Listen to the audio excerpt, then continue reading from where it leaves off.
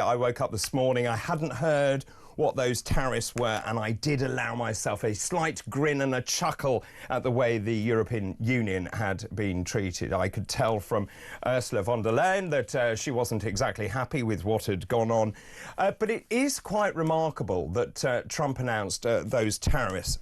So, as you probably know, Donald Trump has announced tariffs of 10% on Britain as part of a declaration of economic independence by the United States. The real key for me here is actually, I think this is a really tangible benefit of Brexit. Because we have disassociated from the European Union, we're not treated in the same way the rest of the EU, or the EU is being treated, and we're being treated differently. Now, the UK has actually got the lowest levy, that is 10%.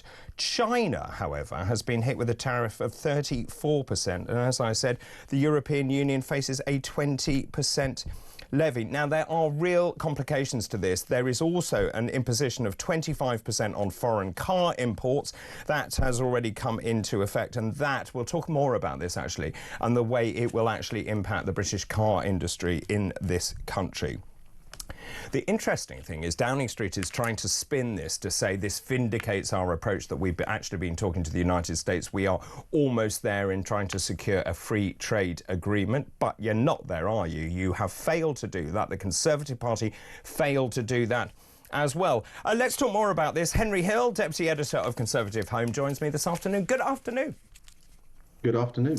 What do you make of this? I mean, my overriding feeling was that Donald Trump was determined to hit the ground running. He imposed the blanket tariff across the world, the lowest being 10%, and of course we fall into that. But some of those are incredibly draconian. Yeah, I from the start, I think this is going to play very badly for him. I think this is probably going to end up causing a recession in the United States overall. It's also interesting that the US is calling these reciprocal tariffs, but it's imposing them even on countries where it has a trade surplus, i.e. it actually trades more with that country or exports more to that country than it imports back. The most difficult thing, I think, for Trump's supporters to justify is the fact that apparently Russia and North Korea are exempt from this new regime, which is just absolutely baffling. But in the domestic terms, 10% is definitely not ideal. There will be economic pain in this country, but it's obviously half as bad as 20% would have been. Well, quite. So that's yeah, exactly. That is an immediate dividend, and it's been interesting trying to see people trying to spin it that actually it doesn't make any difference. When you can just imagine if the EU had got 10 and we got 20, my God, would we be hearing about how well 100%. And actually that was the reason that I felt actually pleased this morning, because it actually does show that if we actually have the bottle to say we are a sovereign, independent country and we do things differently away from the European Union, and remember, the US is our biggest trading partner anyway, so this is paramount. Yeah, absolutely.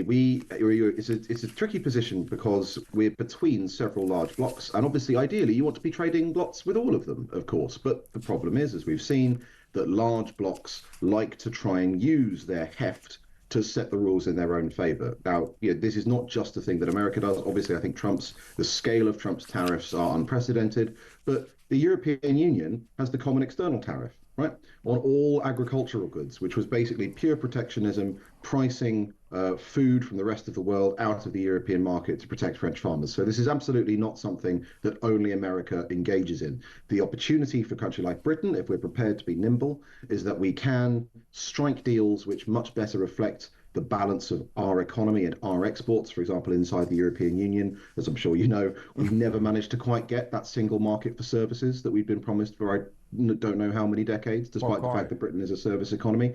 But obviously the flip side is that if you play that hand badly, or the government is asleep at the wheel, you can end up getting crushed between very large trading blocs. And of course, last night, I think Downing Street very concerned about what these tariffs were going to be. They had no idea, no forewarning of this. In terms of Rachel Reeves and her budget, she sort of massaged her figures, shall we say, to give herself that tiny fiscal headroom. Now, clearly, we now have big economic headwinds. That is going to pretty much wipe out all of her headroom. And that means that she is going to have to either cut spending even further or increase taxes, the very thing she said she wouldn't do. Yeah, Rachel Reeves basically made exactly the same gamble in the spring statement that she made in the budget, which is that despite the fact that politicians always complain that the OBR's forecasts are wrong so often and can't be relied on, she went right up to the wire, right? She went right up to, she imagined that those forecasts would be correct almost to the decimal place. If you read the OBR report on the spring statement, it gave her, I think, a 56% chance of hitting one of her That's rules right. and 52%. Exactly, right? And that was on the assumption the first time in the budget she was making sort of numbers in the budget, she was making two bets, right? Trump won't get elected and Trump won't do tariffs. In the spring statement, that one of those things had already happened. So she was basically making a massive bet that A, the OBR's forecasts were right anyway, but B, that there wasn't a massive disrupting event like Donald Trump, which frankly she should have prepared for, and she should have left herself some leeway. She didn't, and now, as you say, the basis upon which she produced the swing statement is almost certainly going to be wildly off, and that does mean tax rises, spending cuts, or both. Do you think this is ineptitude? Is it inexperience? Is it because she's the wrong person for the wrong job? Honestly, I think it's wishful thinking. I think that the government is, and any government, in fairness, would be in a very difficult position at this point because basically the British politics, the scope of British politics is getting narrower and narrower and narrower because the cost of borrowing and servicing our debt is going up. The cost of paying for the state that we have and the entitlements that we have is going up. And our tax base is stagnant. Amazingly, our tax base is stagnant despite mass immigration, which is a really quite phenomenal in a bad way, achievement to have. And so what do? You simply try and keep the show on the road. You try and get through one more year and you hope, and this is the thing that the government's really just doing, you just hope that growth comes back. Because you talk to any of the politicians and what they'll tell you is, oh, I think we all agree that what we need is growth. Because with growth, when you have a projection of growth, you can draw on those future tax receipts to pay off current spending.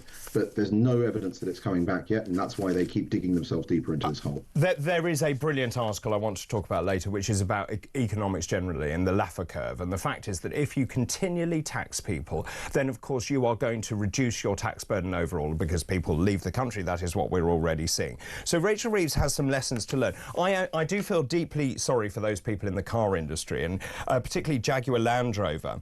As we know, the US is the largest export market. 58.7 billion of British goods goes to the United States. And of course, 1 in 8 cars built in the United Kingdom is actually exported to the US. That's worth £6.4 billion. That is not to be sniffed at.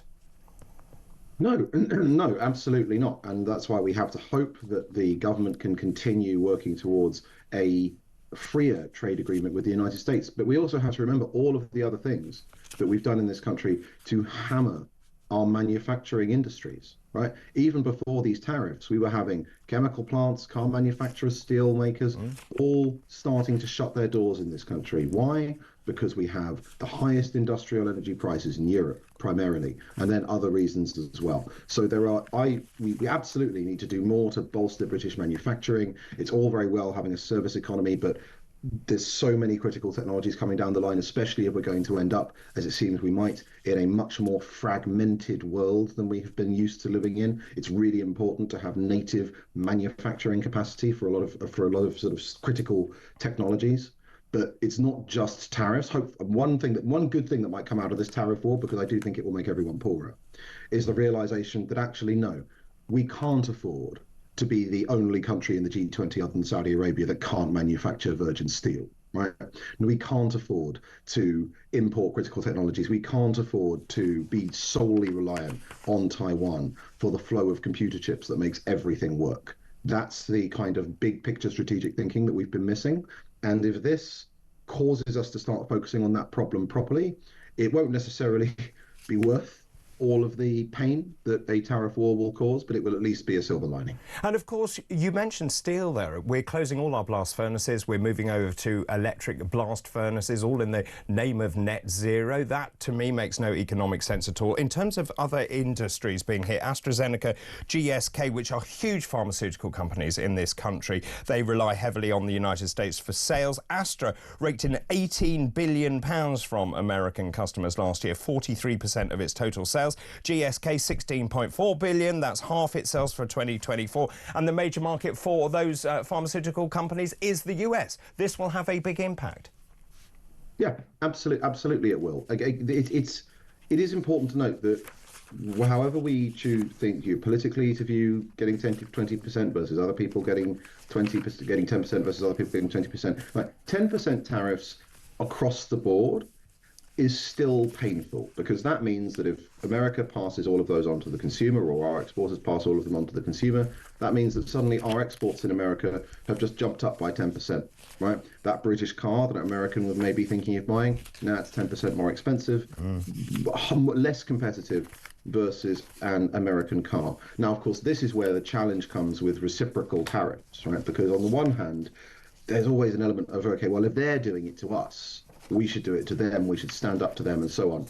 And there might be a case for tariffs in some cases to protect strategic industries like steel and so on. But the thing about a general scheme of tariffs is that it would work in reverse. Everything we import from America would become X% more expensive for the consumer. Now, you think about the amount of things in our shops and in our homes that are American manufactured, then that suddenly risks pushing up the cost of living, right? At a time when Brits are already paying an almost record share of tax since the end of the war, when housing costs are at record highs, when the cost of energy is at record highs. Can the government really afford, in the name of standing up to Donald Trump, which a lot of people are shouting at it to do, to make the cost of living crisis even worse for hundreds of thousands of families? Well, it's interesting you say that. Of course, we've just heard a statement in the House of Commons saying that the UK will take a sort of a more considered decision whether there is some sort of retaliatory tariff which is then levied on the United States. I think this is quite a complicated situation to be in because on one hand you want to secure an FTA, on the other hand you don't want to be browbeaten by Donald Trump. Well, there is an argument, of course, that having reciprocal tariffs would actually incentivize the Americans to have an FTA because, the whole point of a free trade agreement is that it breaks down trade barriers on both sides to the benefits of both sides' exporters and, importing customers. Now, if you have a situation where the stronger side has erected a whole load of trade barriers, but actually doesn't face that many trade barriers going the other way, what incentive do they have to sign an FTA? Because suddenly the FTA just becomes an act of charity. And if they were feeling charitable, they wouldn't have whacked the tariffs on in the first place. So that is actually a really interesting consideration, which is if we do want to get a free trade agreement with the United States, one, I mean, is that actually possible? Two, are we prepared to make the concessions that would be needed, for example, on US agricultural exports and so on? And whilst there are specific problems about that, Britain just generally had a really unhelpful attitude in trade where we demand that other people open their markets to us and then piously refuse to let their imports back in because of our very high standards. But then three, is the government willing and able to create a tariff regime toothy enough for the Americans to think that it's worth trading off their own tariff regime? And if they are, is the British public prepared for the price shock that would create? And could the government survive it long enough to get that FTA over the line? And of course, as you say, if this does blow up into a full trade war, of course, the cost of that is thought to be around £1 trillion. Now, just in terms of the EU, and I just want to finish on them very quickly before we go to the break. I mean, clearly the EU is absolutely incensed by what is going on. Ursula von der Leyen, I've never seen her face so red as a result of what is going on. Now, the EU is also planning some sort of action against the United States. But many of my friends in Europe called me this morning to say, and I watched the markets this morning actually at 8 o'clock when they opened, and we saw the markets nosedive. That being said, the pound has actually gone up in value.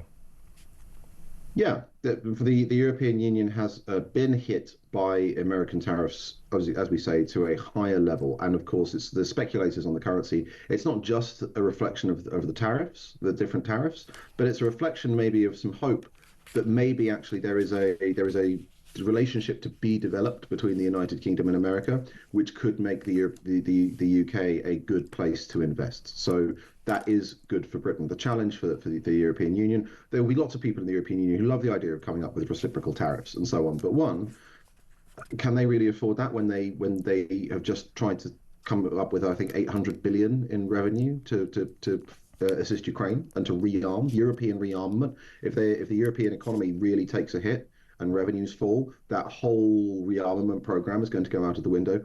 But two, the European Union is in many ways just getting a taste of its own medicine because the European Union is built around strong protective tariffs around outside the European Union. It is built around exporting regulation, being a regulatory superpower, getting people it trades with to sign up to its rules and its values. And it really isn't pleasant when it happens the other way, but hopefully there's a lesson in that for some people. Certainly. Henry, thanks for the moment.